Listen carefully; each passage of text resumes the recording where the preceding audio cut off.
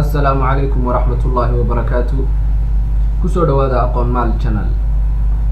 Adduunkan aynu joogno waxa ay dawladuhu tartan ugu jiraan samaysashada hubka ugu casrisan, halka kuwa aan samaysanna ay isku dayayaan inay iibsadaan kan ugu fiican uguna tayada sarreeya si ay u difaacaan dhulkooda, gaar ahaan dhinacyada badda, cirka iyo weliba dhulka. Maanta waxa aynu halkan kusoo qaadanaynaa mid ka mid ah gantaalaha lagu tiriyo inay yihiin kuwa ugu fiican oo loo isticmaalo difaaca jawiga ama hawada ay dawladi leedahay.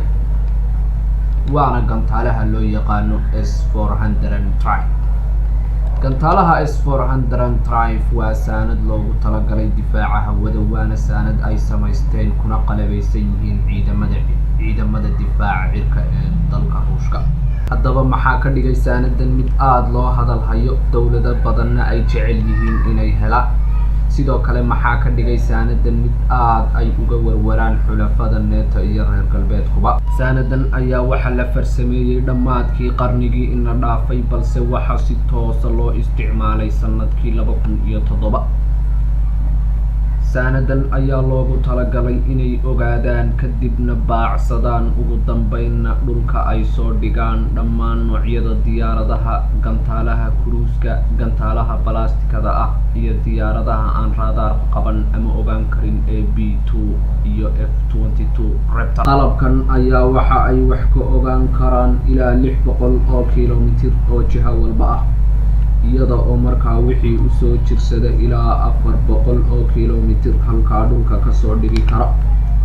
Isla markaana gantaalahan S-400 waxay awoodaan inay soo ridaan diyaarad ama gantaal ku soconaya 5,000 oo mitir halkii sekinba. Sidoo kale waxaa ka mid ah waxyaabaha gantaalaha S-400 ay ku noqdeen saanad argagax badan inay gantaalaha balaastikada ah soo ridi karaan marka ay u soo jirsadaan 5 ilaa 60 kiiloomitir. Saanadan S-400 waxa ay dhulka soo dhigi karaan ilaa 36 bartilmaameed halkii mar, isla markaana waxa ay gani karaan dhuumaha saanadani halkii mar ilaa 72 gantaal. Saanadan ayaa waxa uu Ruushku ka iibiyaa dawladaha ay saaxiibada dhow yihiin sida Hindiya, Jazaa'ir, China iyo Iiraan oo laga iibiyey gantaalaha S-300 oo ka waqti horeeyay gantaalahan S-400.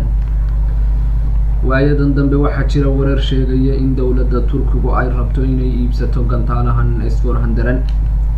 gantaalaha S-400 ayaa waxa ay ka horumarsan yihiin kana tayo wanaagsan yihiin dhigooda Patriot ee ay ku qalabaysan yihiin xoogagga NATO. sidoo kale waxa ay ka horumarsan yihiin gantaalaha THAAD ee ay ku qalabaysan yihiin ciidamada difaaca cirka ee dalka Mareykanka.